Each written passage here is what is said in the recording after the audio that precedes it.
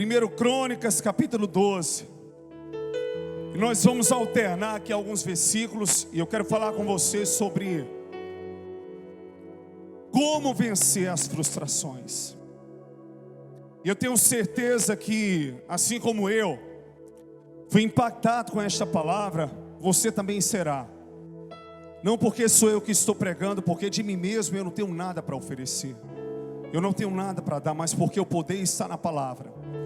Eu já quero encorajar e desafiar você a estar aqui no próximo domingo, porque vai ser tremendo aquilo que Deus vai fazer. O direcionamento que Ele trouxe ao nosso coração. Você tem que vir, não pode vir só. Traga mais alguém com você. 1 Crônicas, capítulo 12, a partir do versículo 1. Aí nós vamos ler do versículo 1 até o 2, 1 e 2. Depois nós iremos ler o versículo 8. A palavra do Senhor nos diz em 1 Crônicas, capítulo 12: São estes os que vieram a Davi de Ziclag, quando fugitivo de Saul, filho de Quis, e eram dos valentes o que ajudavam na guerra. Tinham por arma o arco, e usavam tanto a mão direita como a esquerda, em arremessar pedras com fundas e em atirar flechas com um arco. Eram os irmãos de Saul, da tribo de Benjamim. Versículo 8: Dos gaditas passaram-se para Davi a fortaleza no deserto, homens valentes, homens de guerra, para pelejar, armados de escudo e lança. Seus rostos eram como de leões, e eram eles ligeiros como as gazelas sobre os montes. Só até aqui. Curva a sua cabeça, feche os seus olhos. Deixa eu orar por você em nome de Jesus. Meu Deus, muito obrigado por tudo aquilo que o Senhor já fez até aqui e vai continuar fazendo. Porque não somos nós que fazemos, não tem nada a ver conosco, tem a ver com o Senhor. Não tem nada a ver com o potencial humano, com a capacidade, Senhor, das pessoas, porque não temos nada em nós mesmos. Tudo tem a ver com a Tua glória, com o Teu mover. Tudo tem a ver, Senhor, com a Tua graça. Tudo tem a ver com a Tua majestade. Porque nós estamos aqui, Senhor, para entronizarmos o Senhor em tudo aquilo que nós viermos a fazer. Mas pessoas chegaram aqui, meu Deus, feridas. Pessoas chegaram aqui, Senhor, dizendo: Deus, eu quero ouvir uma palavra. E eu sei que já foram ministradas através do louvor, através das ministrações, de cada convite, da palavra que o pastor Gledson trouxe, que foi tremenda, meu Deus. Mas eu sei que o Senhor tem algo mais. Então fala conosco, e que eu desapareça, e que o Senhor apareça, que eu diminua e que o Senhor cresça, em nome de Jesus, amém. Se você crê que o Senhor está aqui, aplauda lindamente o seu nome, aleluia, oh glória. Meus lindos, existem dois níveis de frustrações. O primeiro deles é quando nos frustramos com os outros. Nos decepcionamos com as pessoas e sempre iremos nos decepcionar. Por quê? Porque nós criamos expectativas nas pessoas.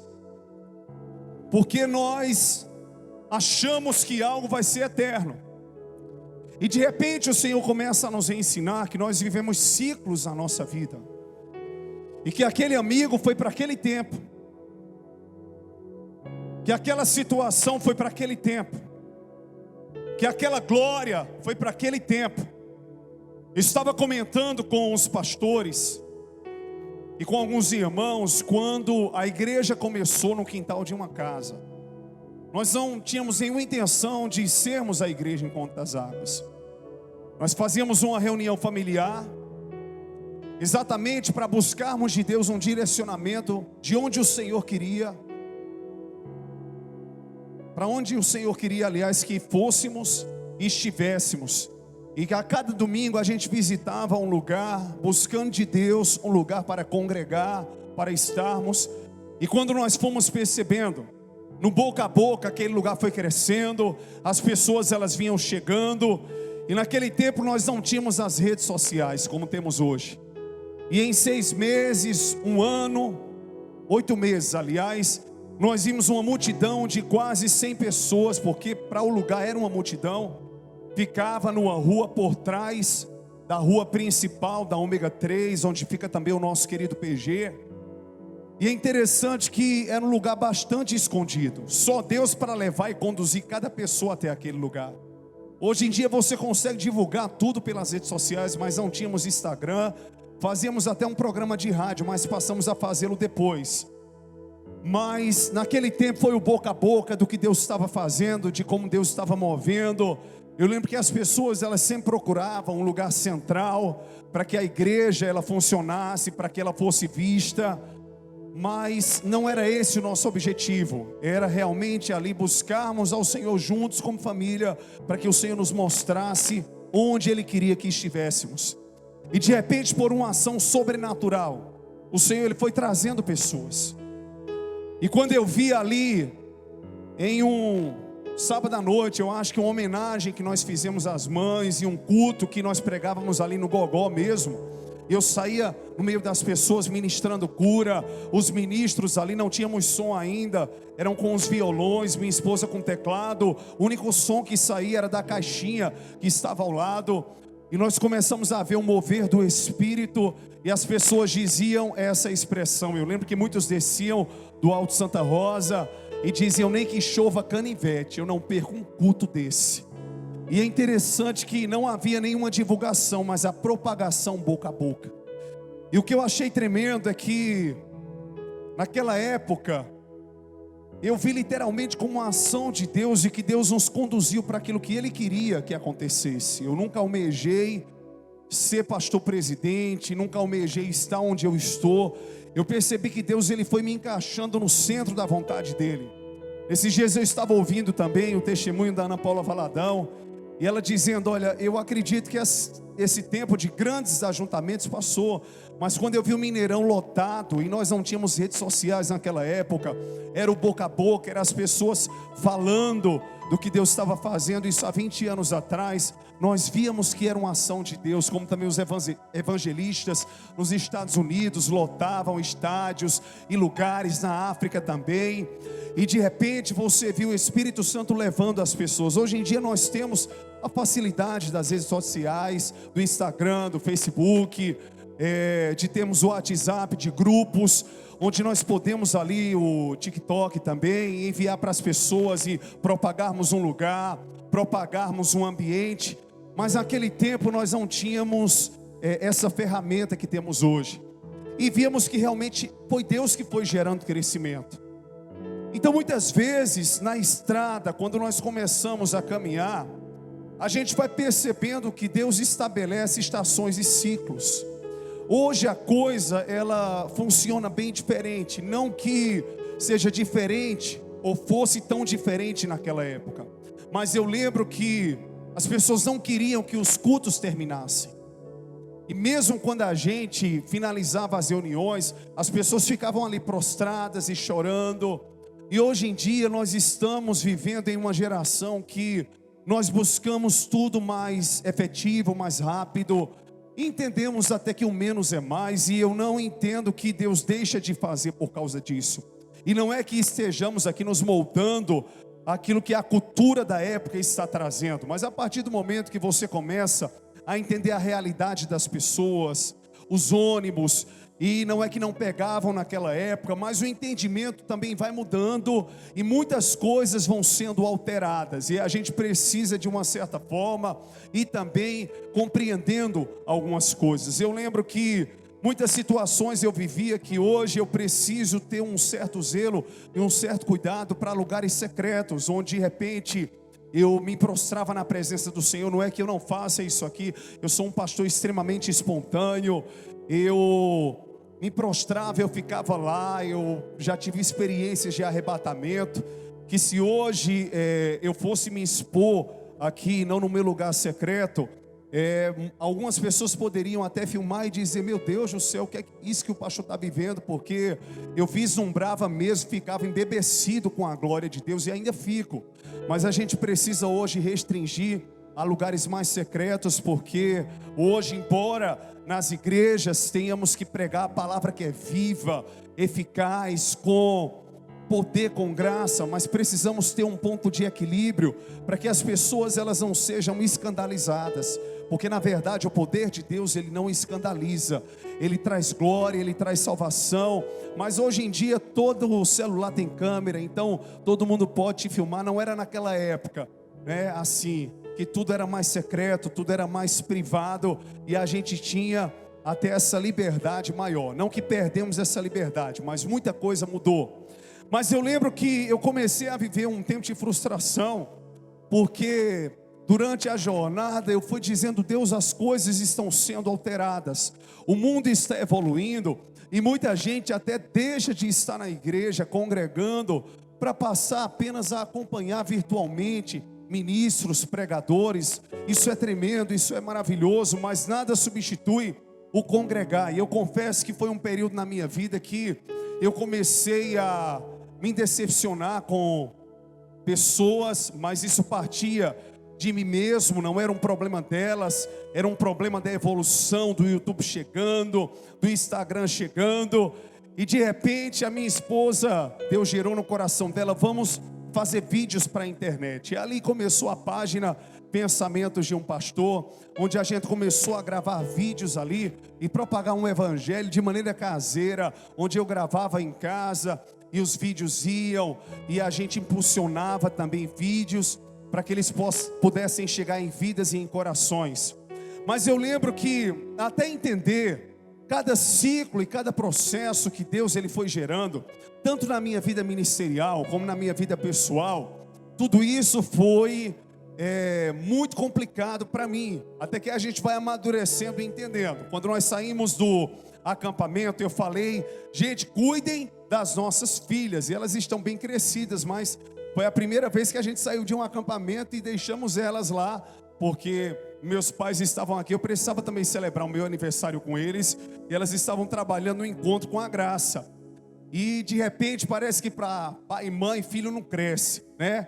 É o mesmo amor, é aquele mesmo zelo, é aquele mesmo cuidado, mas a gente precisa entender que existem tamanhos, existem liberdades, e você precisa ir soltando a corda, você precisa ir deixando o seu filho, a sua filha, ter algumas experiências que serão peculiares e particulares. Mas é muito difícil a gente administrar as mudanças, e é aí que chegam as frustrações com as pessoas. Mas na verdade, quando você vai ver, não são as pessoas que se frustram, você se frustra com o seu próprio entendimento. Diga para o seu irmão: você se frustra com o seu próprio entendimento. Por quê? Porque a gente não consegue acompanhar alguns pensamentos, nós não conseguimos acompanhar algumas realidades, e até que cheguemos a entender a realidade daquela pessoa, só se você passar pela mesma experiência que ela, para você entender o que é a depressão.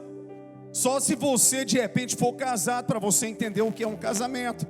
Só se de repente você for pai e mãe, para você entender a profundidade da paternidade e da maternidade. Só se de repente você for um pastor, se de repente você for um líder, você começa a ter mais empatia pela pessoa, porque você passa a ter uma experiência semelhante à experiência dela. Mas quando você não tem a oportunidade de passar pelo que ela passou, você tenta se identificar, mais ou menos entende, mas não consegue chegar à dimensão do luto, de uma dor, de uma frustração. Então passamos por dois níveis de frustração, ou frustrações. O primeiro deles é quando nos frustramos com as pessoas porque somos decepcionados por elas. E o segundo deles é quando achamos que elas nos decepcionam, mas na verdade é o nosso nível intelectual que ainda não amadureceu, não cresceu, e nós estamos frustrados conosco e lançamos sobre as pessoas a responsabilidade da nossa frustração. O meu sonho não aconteceu porque fulano de tal interrompeu. Eu não avanço mais no meu casamento porque o meu marido não me ajuda, não vai para a igreja comigo. Eu não avanço mais ministerialmente porque eu não tenho um apoio. Eu não avanço mais no campo de trabalho porque eu tenho uma esposa, eu tenho uma mãe, eu tenho um irmão que tudo que eu conquisto só faz sugar. E de repente, de onde se tira e não se repõe, vai faltar. E eu vejo que existem pessoas que não somam comigo. Eu não avanço mais porque eu estou sobrecarregado, sobrecarregada. E eu percebo que tudo que eu faço é só. eu quero ajuda, eu quero apoio, eu não tenho. Mas diga assim para o seu irmão, diga: nesta noite, Deus, fala com fé para o seu irmão, vai lá, diga: Deus, Ele vai te ensinar a como vencer a frustração. Fala com fé, diga: o Deus que está aqui presente, Ele é fiel para nos fazer vencer os nossos piores gigantes e para nos fazer triunfar em glória. Se você crê que é assim, diga aleluia. Deus levanta os improváveis, Deus levanta aqueles que não são, para confundir aqueles que pensam que são alguma coisa. Deus levanta o abatido do pó e o faz assentar em meio aos príncipes. E de repente nós vemos aqui o exemplo de duas tribos, os benjamitas e os gaditas. A tribo de Benjamim era uma das tribos mais violentas. Foi uma tribo que ela foi praticamente toda exterminada, mas permaneceu um remanescente de valentes. Os gaditas vieram de uma das concubinas ali de Jacó, da tribo de Gade. E é interessante que essas duas tribos, quando Davi ele assumiu o trono como rei, se achegaram a ele para serem valentes ao lado dele. Muitas pessoas começam um projeto, mas elas não conseguem dar continuidade. Muita gente pensa que abrir igreja, e por isso que eu contei toda aquela história, é pegar um prédio e alugar. Muita gente pensa que começar um ministério é entrar numa gravadora, e hoje não se grava mais CD, mas é pegar a promoção daquela gravadora e ser enviado às redes sociais. Muita gente pensa que começar no campo de trabalho é só você pegar o diploma da faculdade que você fez, tudo aquilo que você estudou e colocar ali. São coisas importantes, são, mas nós precisamos entender que um pastor não é feito em seminário, um pastor é feito no coração de Deus e com caráter. Não adianta ter intelectualidade, não adianta ter oratória, não adianta ter conhecimento e não ter amor para apacentar, não adianta entender tudo e não saber passar para as pessoas aquilo que se entende. Não adianta dizer eu quero casar, mas não se dispor a ser a esposa segundo o coração de Deus, não se dispor a ser o marido segundo o coração de Deus. Eu quero ser igreja, mas de repente eu quero que a igreja se molde a mim. Eu não quero me moldar à visão da igreja, eu quero que o pastor se molde a mim. Dicas são boas, conselhos são bem-vindos, óbvio que sim. Somos flexíveis, somos, porque a nuvem sopra. Mas por que eu dei o exemplo do início da igreja? Porque não foi através de propagações, não foi através de uma mídia em primeiro lugar que Deus ele fez. Quem ele quer levantar, ele levanta, ele capacita, ele traz o improvável. Você nunca pensou que estaria aqui nessa noite, você nunca pensou que Deus te levantaria nesse tempo para um propósito específico, mas quando Deus ele quer, ele sopra, ele nos leva ao centro da vontade dele. E quando você vê, você já está no meio e você diz: meu Deus, eu não pedi isso, eu não queria estar aqui. Aí Deus diz: não era você que queria, era eu que queria, fui eu que abri a porta.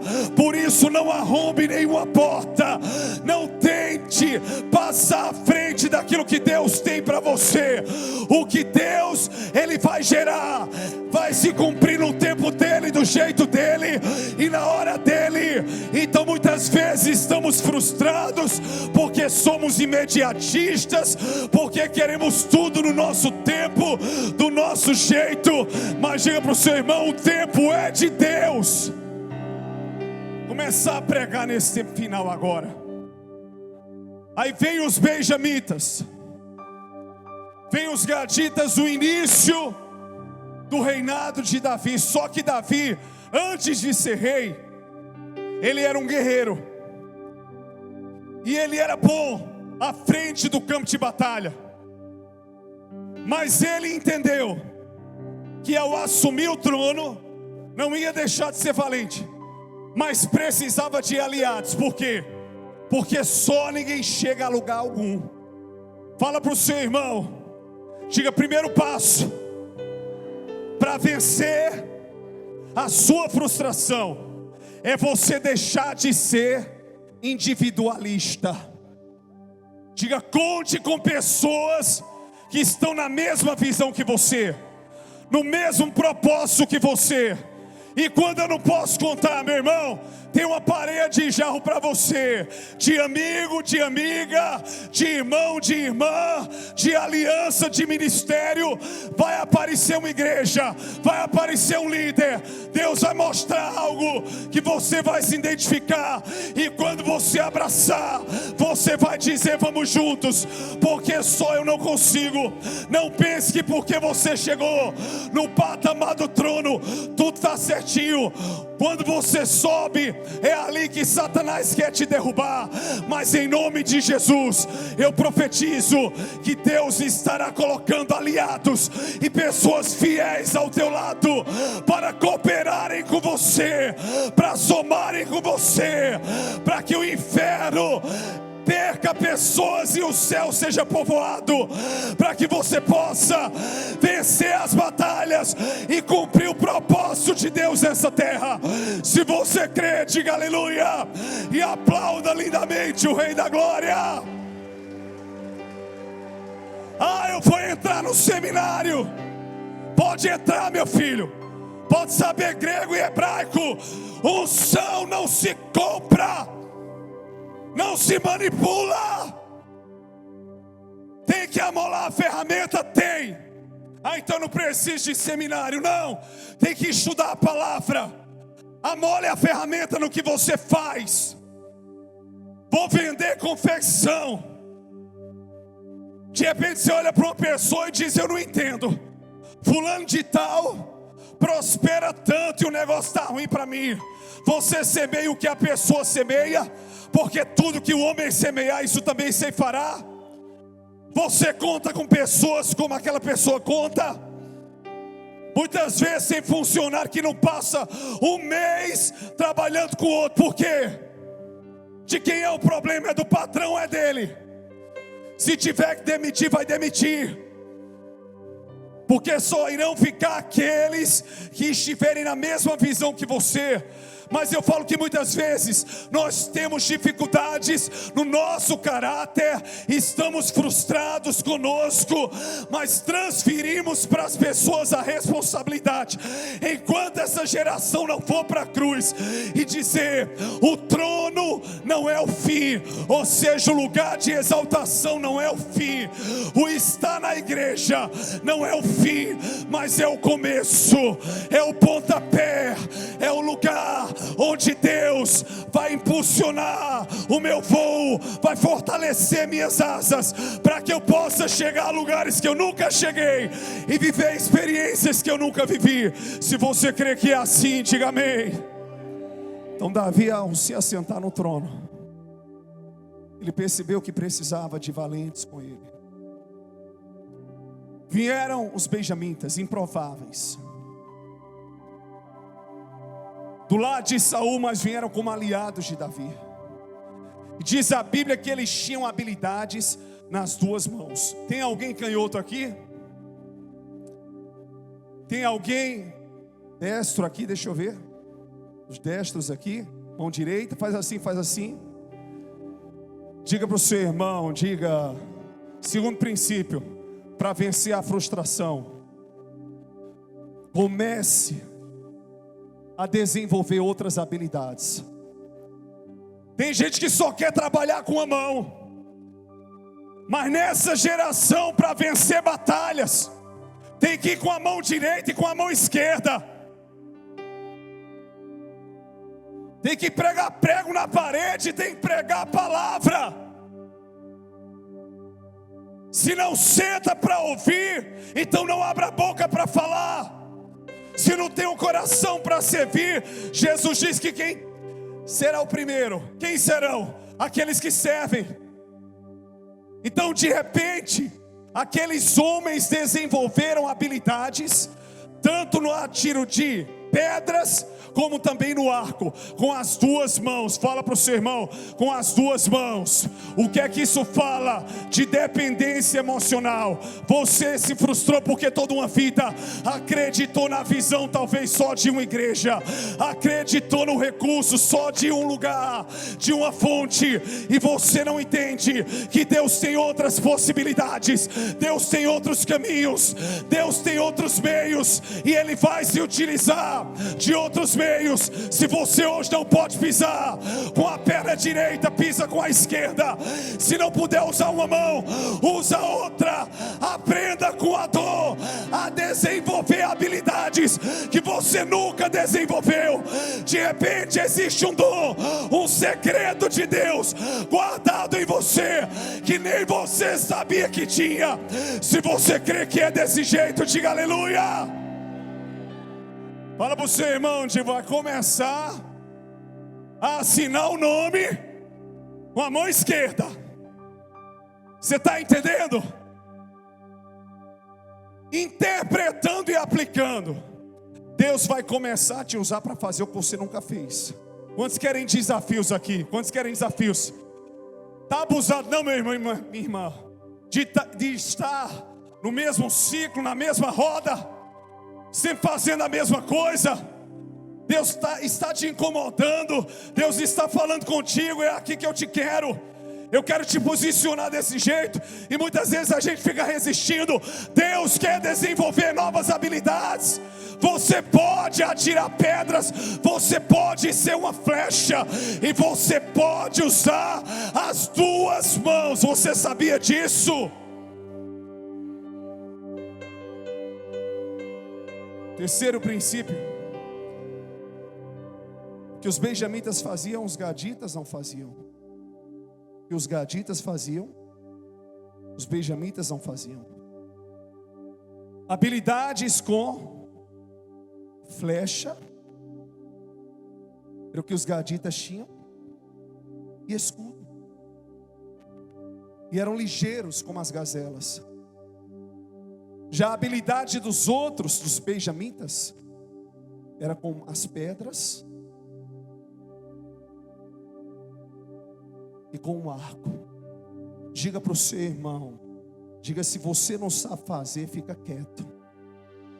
Fica quieto. Se não sabe cozinhar, não vem botar sal na minha comida não.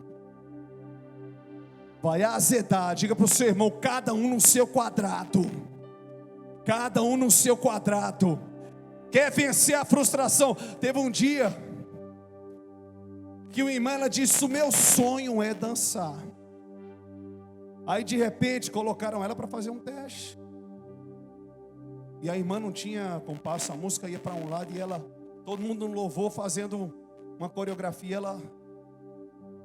Aí de repente o povo ria dela, mangava dela, ela chegava e ficava chorando.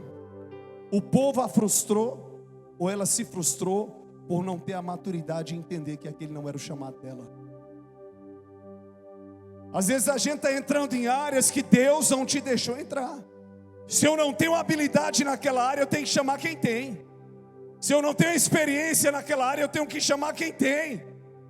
Eu não posso querer fazer uma coisa que eu não tenho habilidade, que eu não desenvolvi. Mesma coisa é dizer: Hélio, tu prega, que eu sei que ele prega, quem vai tocar sou eu. Sangue de Jesus, só se colocar uma música aqui e eu ficar tapeando, aí seria uma mentira. Eu não sei tocar. Então nós precisamos entender que a unidade do corpo, diga para o seu irmão, cada um no seu quadrado.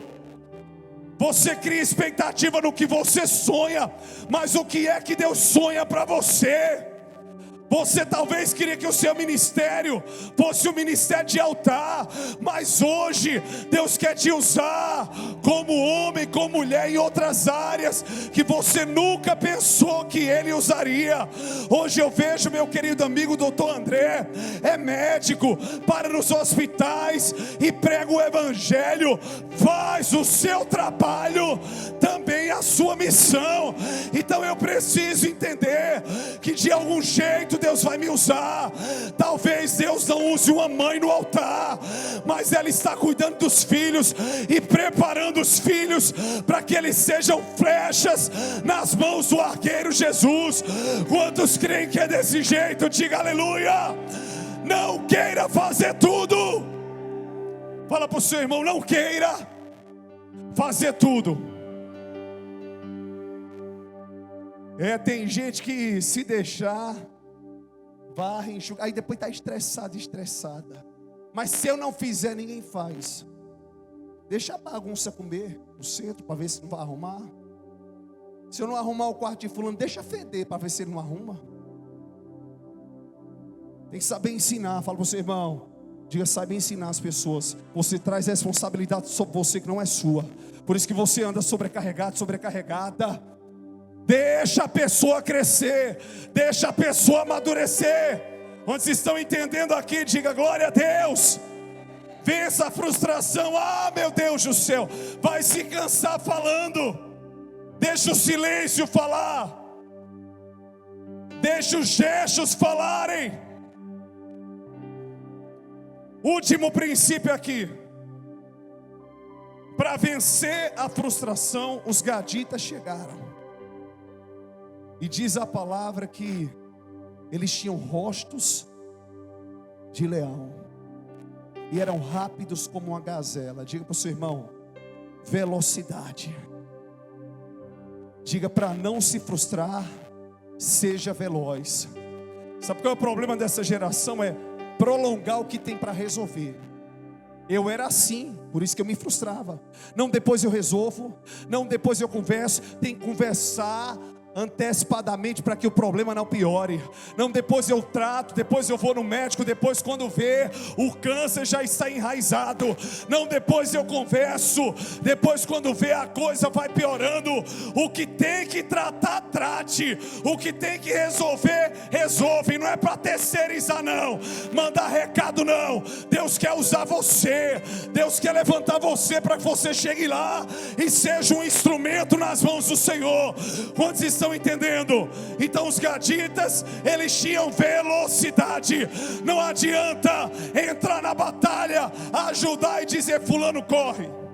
Quantos jogadores de futebol nós temos aqui?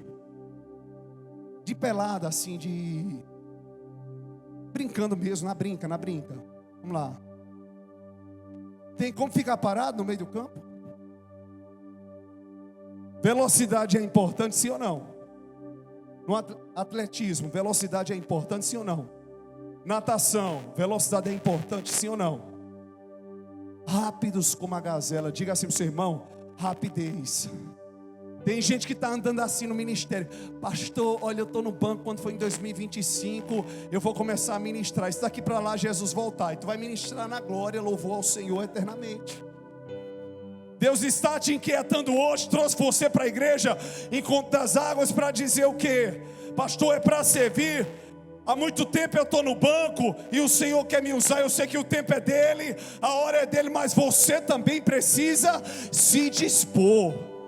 A igreja começou, nós não esperávamos, mas ninguém ficou parado não. Era pregando o evangelho, era evangelizando. Diga assim para o seu irmão, diga: deixa de preguiça e coloca velocidade.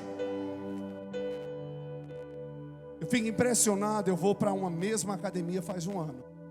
Tem uma pessoa aqui por ética, eu não vou citar o nome. O corpo não sai dali. E todo dia essa pessoa está lá. E a esteira é assim. Eu digo: meu Deus, como é que uma pessoa tão focada na academia sempre está assim, faz um ano? Ou é porque está comendo demais, ou é porque não está treinando direito. Diga para o seu irmão: se não tem resultado, a coisa está errada. Diga para o seu irmão: se não tem resultado, a coisa está errada. Está fazendo dieta e o bucho não baixa, é porque não está fazendo dieta, está atacando a geladeira de madrugada. Se diz que vai para a academia e não está funcionando, é porque só vai para tirar foto. Pode até tirar uma foto, que disseram que se não tirar foto não vale. Mas tem que treinar também. Fala para o seu irmão: tem que treinar também. Você está entendendo?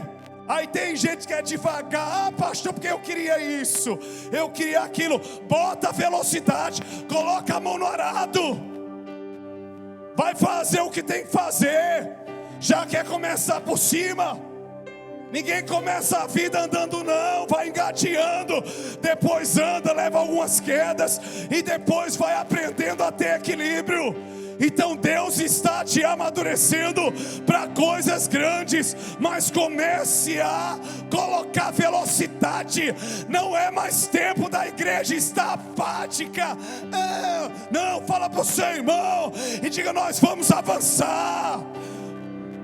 Não, misericórdia, não entendeu foi nada. Fala para o seu irmão: nós vamos avançar.